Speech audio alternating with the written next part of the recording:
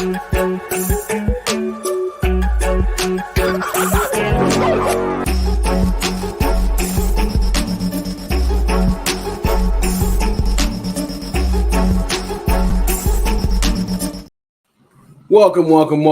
to Say Like a Champ, episode 239. It's your boy A-Dub. And your boy Strazy. What's up, SLAC fam?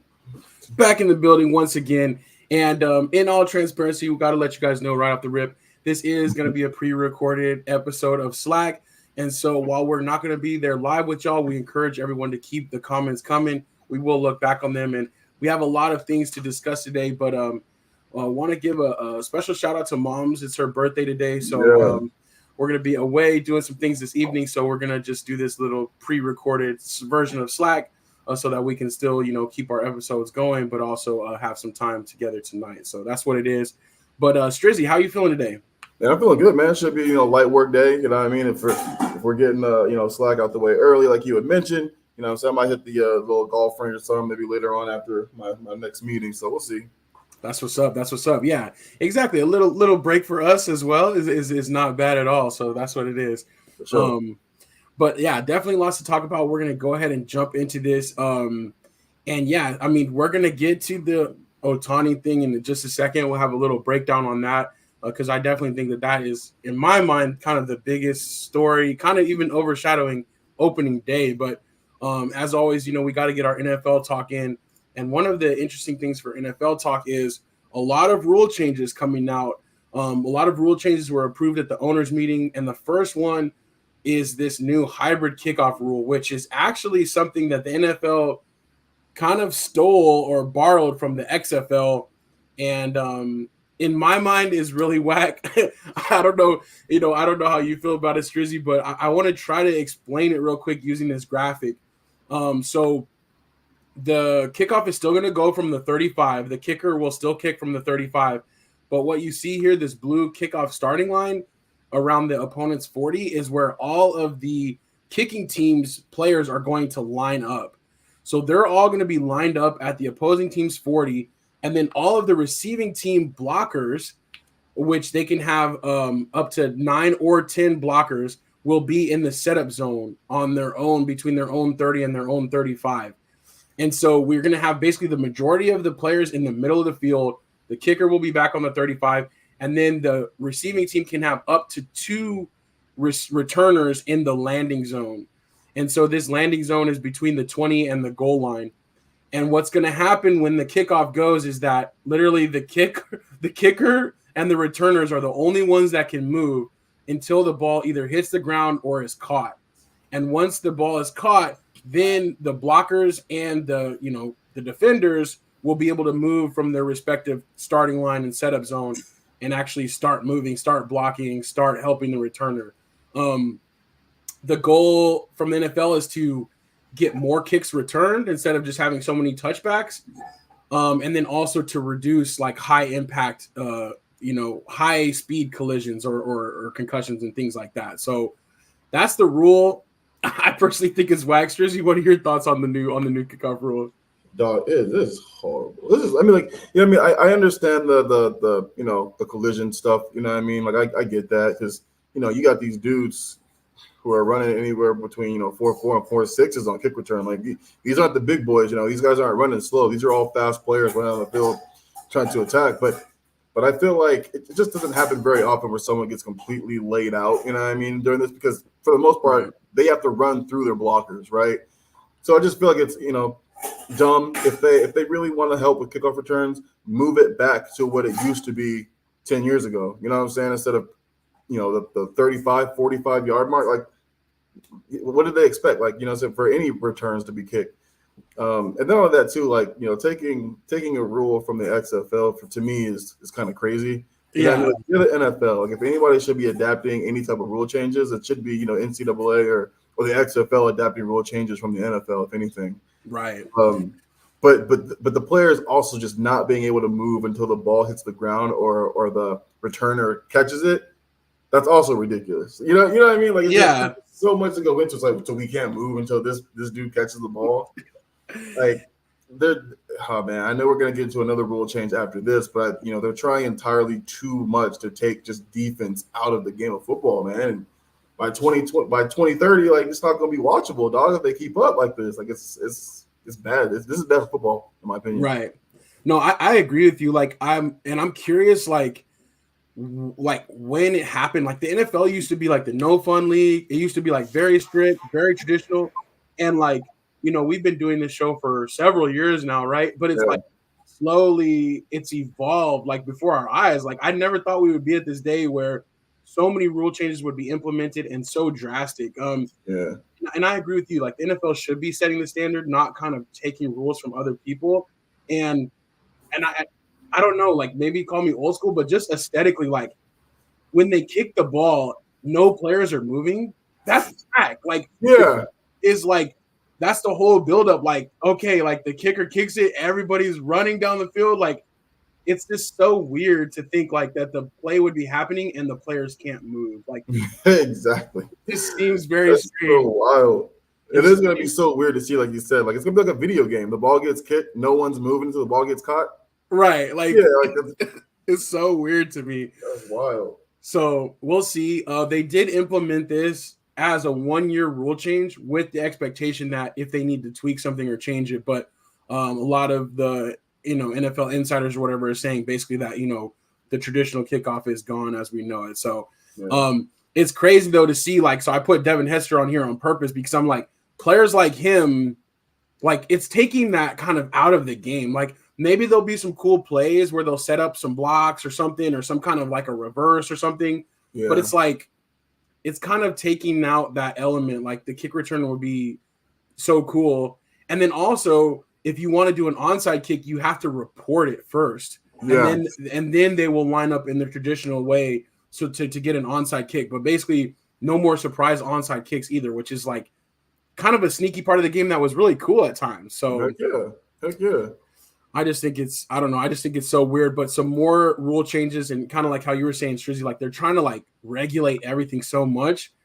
It's honestly going to just kind of turn into like rugby, which rugby is kind of cool, but rugby is like stop, start, like can't do this, can't do that. Like, and it's like, there's not as many free flowing plays as there could be, right? Or as there are in the NFL. So the next rule change that we want to talk about, and here's 2 examples of this, is the swivel hip drop tackle. So again, going to try to explain it, but basically if a defender grabs a runner from behind, has at least one arm or both arms wrapped around them from behind, and then turns their hips and drops their weight onto the back of the runner or just drops their weight like basically just free falls their weight to drag the runner down, that is going to be considered a penalty. And the league sent out some videos of like what these would be examples of, but here are 2 of them that actually resulted in injuries. And these were kind of like their prime examples, right? Tony Pollard in the playoffs year before last, and then Mark Andrews as well, like where that defender just kind of like drops their weight onto the back of the runner's legs and they don't really have a chance to defend themselves. Yeah. I understand like the intent of this rule and it kind of makes sense. It's kind of similar to when they added in the horse collar tackle. Yeah. And I get that, but what I'm curious about is like how these are going to be regulated in real time. Like the rule itself seems okay, but how are they going to actually like administer it? Like because it's so hard to tell. Like you can't outlaw tackling. Like you have to, like the defenders are being so hampered in the ways they can tackle and what they can do. Where, like you said, it's kind of just slanting to the offense so much.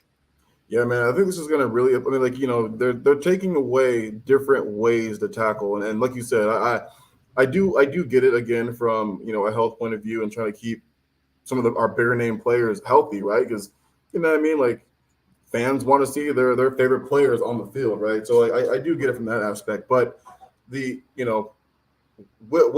what type of tackle is next? Because like now, instead of wrapping around the waist, they're going to start wrapping around the feet, and then someone's going to get injured and they're going to take that away too. And it's like, okay, how, like there will literally almost no way to tackle somebody because they have too, like it's easy for the owners to come together and say, we want to take this type of tackle away. But at the end of the day, the players have to play.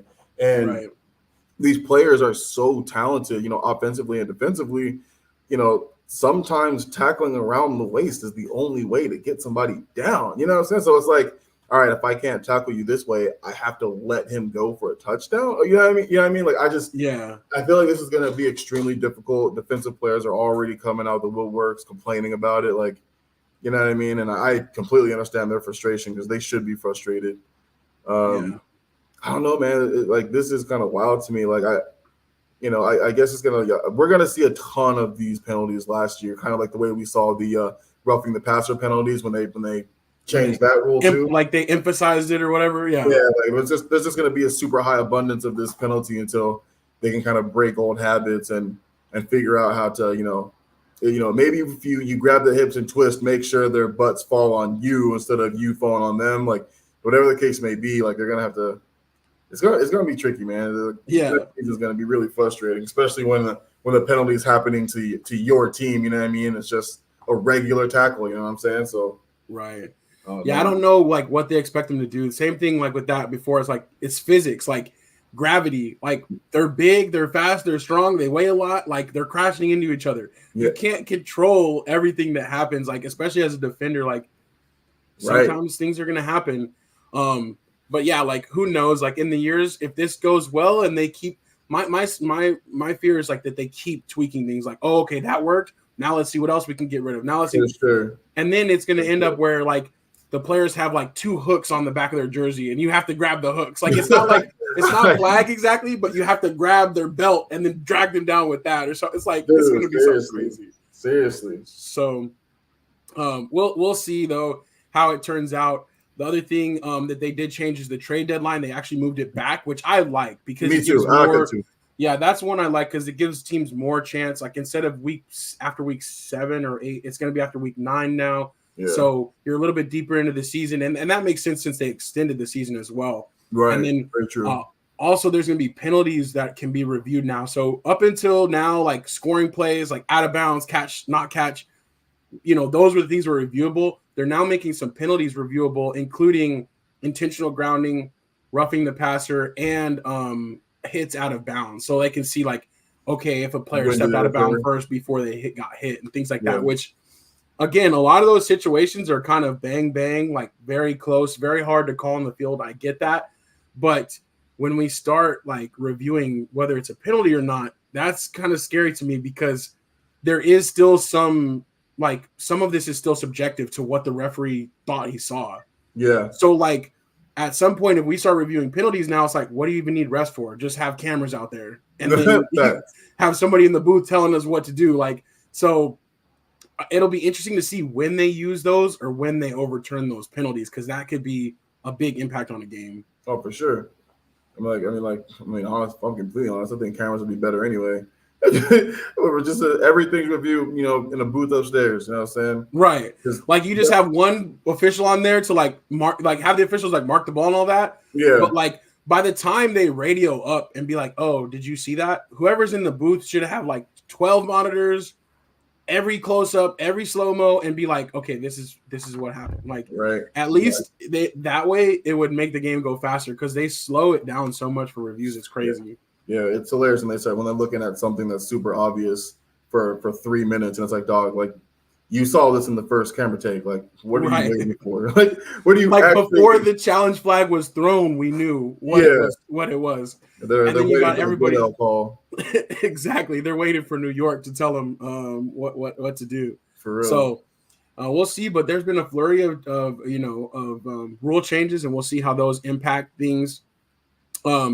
The other thing that was kind of announced was kind of interesting. The class of 2024, the Hall of Fame, we did talk about this before, but they did announce the Hall of Fame game. So August 1st, so it's March 26th now. So we got about 4 months and a week until August 1st. The Hall of Fame game will be featuring the Bears and the Texans, which is very convenient, right? The Bears had 3 Hall of Famers going in this year, or 3 players that played for the Bears, specifically though Devin Hester, we were talking about him earlier.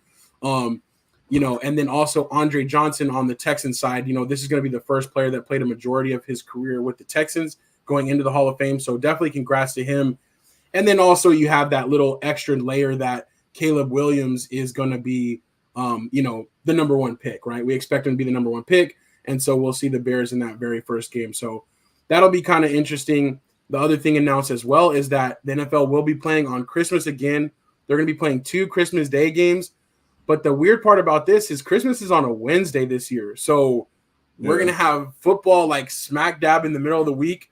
You know, we already have Monday night, Thursday night, Sunday, Saturday sometimes.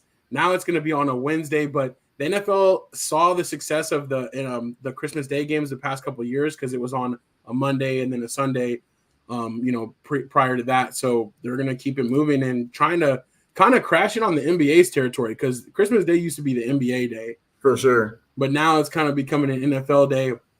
And with it being Wednesday this year, then that means it's going to be Thursday next year and then Friday. So like they're going to keep this going for years, it seems like. So do you like that? Like football on a Wednesday though?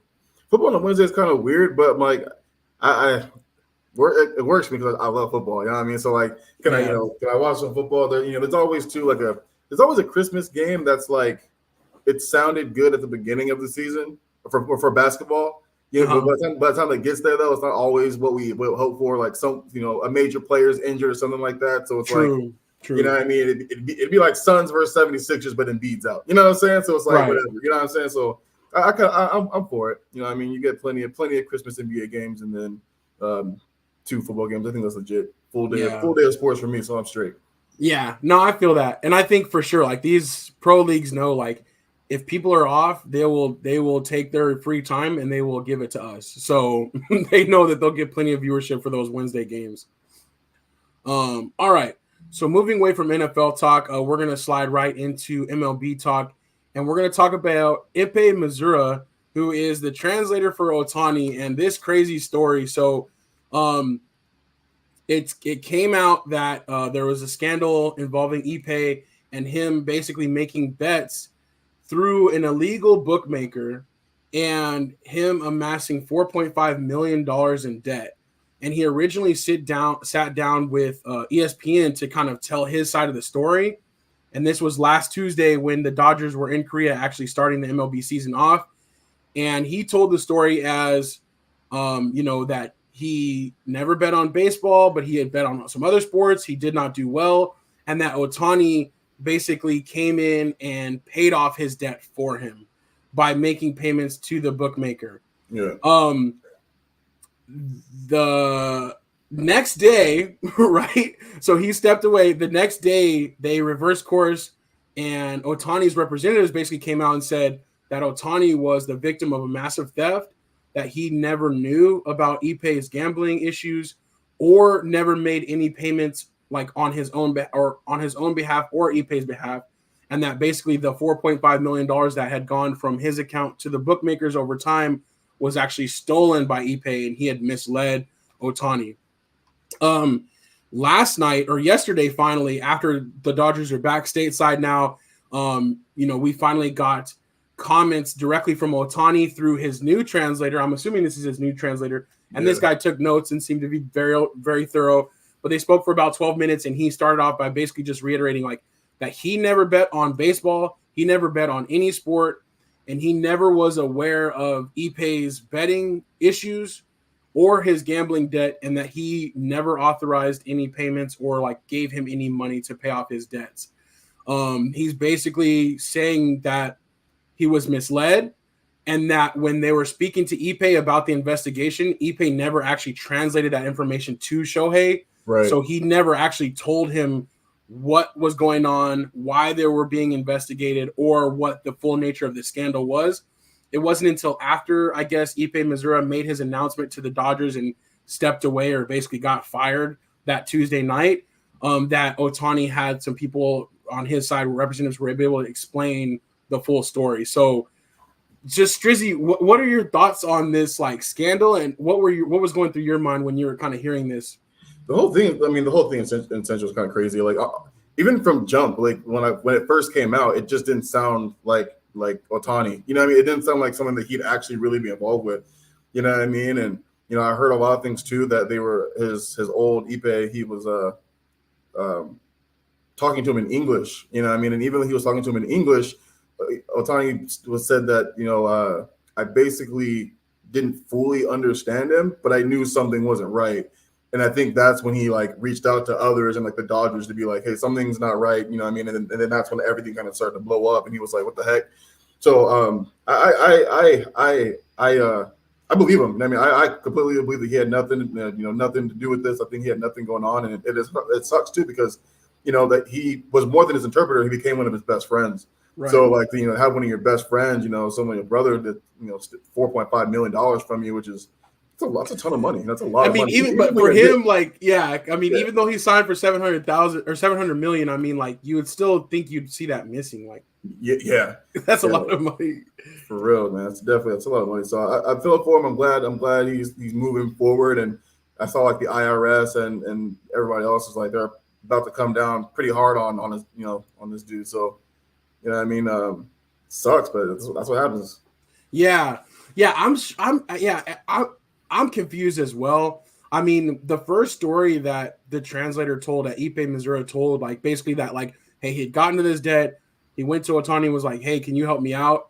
Like, that seems plausible to me as well, that Ohtani would just be like, hey, like, you're close to me. I'll give you this money, but you can never do this again. And maybe if that did happen, like, they didn't think through the ramifications of what that means for Ohtani or what that could indicate for him. Or how people are going to quickly connect the dots of, like, why would Ohtani pay $4.5 million to a bookmaker if he never made bets or he's not a betting person? Like, so, I don't know if we'll ever know the true story or when Ohtani became aware, but it is the perfect setup, right? I mean, if you're his translator, you can choose what to tell him or not tell him. Or, as things are happening, you can spin it however you want to. So when they found out about the money being gone and when the Dodgers representatives were coming to ask the translator and they're really trying to ask Ohtani, he's saying, yeah, Ohtani knew. Ohtani gave me the money when really he stole it, like. Exactly. It's so crazy. But, like, I think that for Ohtani, that kind of is kind of scary of, like, the position he's in, right? Like, to be that face of baseball and to be so powerful, but to also be reliant on other people. For sure. Like, and especially like you were saying, like, if it's somebody that you feel like you could trust and you've known a long time, like, why would you question like what they're saying on your behalf or what they're describing to you? So very, very interesting. Like, we'll see what comes out of it, but I feel like baseball in general wants the public to take this story for its face value and just move on, because he is the face of baseball. He is the best baseball player, and they don't want to have this scandal hang over and overshadow the season, which it kind of is. Like, opening day is Thursday, but like this is really the big story. So we'll see, but it is crazy. Like, Missouri actually, he's Japanese, but he moved to the States at a younger age, and he actually had moved from California back to Japan to be an English translator for baseball players in Japan, and that's where he met him. Oh, my bad. I gotta drop really quick. No, you're good. You're good. I got an impromptu. No, you're good. You're good. I'll wrap this up though. You do your thing. But yeah, definitely we want to get everybody's opinion on that. Yeah, for sure. Appreciate you rocking with me real quick, and I'll take this thing home real quick. We don't have too much more to discuss. So, bet. My bad, y'all. This was unexpected. I didn't have this meeting till I think 1:00, but they just literally just moved it right now. So, A-Dub, I know y'all take us out, man. I appreciate you as always, my brother. Love you. Absolutely. Love you, Brett. All right, peace. All right, that's what it is. So you guys see how we do this thing live. So things happen, It's all good though. It's all good. So we're gonna keep rocking real quick though. But the Missouri story is just crazy to me, and I'm gonna get us a view that works better for this. But yeah, the story to me is just pretty crazy. I am very interested to see how this plays out. But one thing I do believe is that regardless of how the investigation goes down, I do not think Ohtani will be suspended. And yeah, I think it's gonna basically try to be swept under the rug as much as possible. But this will continue to be an issue the more and more sports betting gets involved in sports, and the more and more that sports betting becomes acceptable. In years past, it was so taboo. You couldn't even talk about gambling in regards to like on ESPN or on Fox Sports. You couldn't even, there was no teams in Vegas. Like, the way things have changed over the past 10 years in regards to sports betting, these are the reasons why it was never involved with sports. These are the reasons why there was so much separation between the two, is because sports betting is crazy. There's a lot of money involved. People get, want to control what happens. People want to get an inside edge. And athletes want to get involved too. And so this is the scary part of it. And I think more and more things like this will happen. And, we have another story in the NBA that we'll talk real quick about, but we have Jonte Murray in the NBA on the left-hand side. This is one of the biggest stories here. He's being investigated for NBA betting regularities.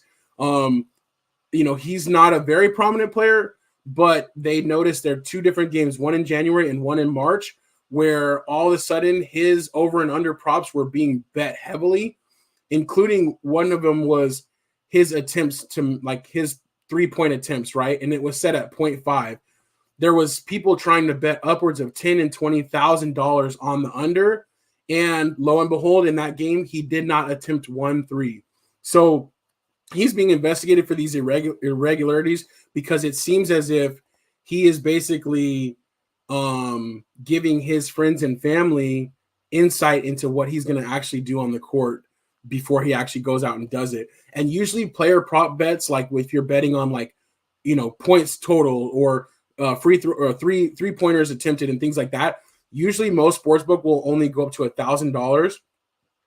There were people trying to bet $20,000 on him not attempting a 3-pointer in a game, which is something that he regularly does. So very interesting to see what comes out with him. But how tempting would it be as a player if you know you're not going to play well, or if you know, like, okay, I'm going to go out and my point total is set to 10, knowing you can control whether you score 10 points or not, and being able to tell some people, hey, heads up, tonight I'm not going to score, or tonight I'm not going to get any rebounds. Very interesting. And again, these stories continue to evolve, and the commissioners and the sports leagues continue to be like, hey, look, we got to keep it separate. We don't want any part of this. We have to protect our players. But on the same hand, they know that the more people that bet on their sport, the more viewers they get, the more interest they build. And these same people are behind closed doors trying to get betting into all the 50 states across the U.S. So again, talking out of both sides of their mouth, it's pretty crazy because they know that they want it. They know they like it. They know that the money that it generates. But at the same time, these kind of conflicts of interest are natural and really can't be avoided because we have humans out here that are going to try to control the outcomes. So it's pretty crazy. Obviously, it's not new in sports. It's been going all the way back to Pete Rose. But what's new is the fact that the gambling is so legal and so widespread and so valuable to these teams. We talked about it. $23 billion was bet on the Super Bowl. $23 billion was bet on a single sporting event. It's insane. So the amount of money out there to be made is pretty crazy. And so, again, we'll continue to see how these things evolve, but I don't see it stopping. I really like betting has gained momentum. So stories like these, they'll pick these scapegoats, they'll punish them, and then they'll keep it moving. So we'll see. The other thing for NBA we have on here is the Suns. They're kind of been in a slide. Lost last night to the Spurs without Wemby, which is pretty damning. They have the hardest strength of schedule over the final 10 games. So they're currently in the 8th seed. They're looking to stay in. But of course we have the play-in spots out to 9 and 10. So I don't think that they'll drop totally out of the play-in, but they are definitely headed in the wrong direction and have some things to work out over there. Frank Vogel is your problem there. So let me see what else we have real quick. We have some Final Four action that's going on, and I want to give a big shout out to Grand Canyon University winning their first NCAA tournament game and almost beating Alabama. They gave Alabama a good run. Kentucky has been the biggest upset.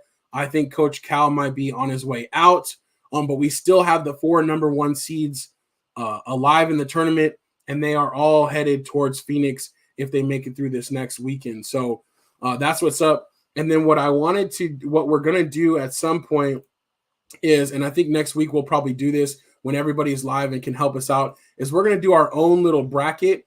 And this bracket is going to be, we're going to do a Marvel versus DC bracket. So we're going to put these together and kind of narrow it down who we think would win in a fight, all the way down to the ultimate superhero champion. So we're going to kind of have that as one of our activities, and we would love for you all to participate and kind of help us debate. We'll just kind of vote in the chat, and we're going to basically break it down. So we might do it over the next couple weeks if we maybe do it down to the Sweet 16, and then we do the Elite Eight and the Final Four and our ultimate winner, so that we can really debate and get nerdy about this. Strizzy and I love comics, and we know a lot of people are, getting more into it. So this will be a little bit of a fun thing for us to do. So look forward to that. That will be next week. We'll be breaking down who we think will win in a fight, and then ultimately crown our comic book champion. But that was pretty much it for Say Like a Champ for episode 239. And again, we do have opening day this Thursday, a full slate of baseball. Every single team will be active. So no matter who your team is, you can root for them on this Thursday coming up. And big shout out to my boy Strizzy for helping me hold it down as always. And we got to make these things happen. So we appreciate you all as well for the flexibility. And we'll be in the comments tonight. Please, keep those comments coming. We appreciate you watching. We appreciate you all being a part of the show. And as always, we got to say it. It's Taco Tuesday. It's your boy A-Dub. And on behalf of my brother Mad Marcus and on behalf of Strizzy Street, we are out.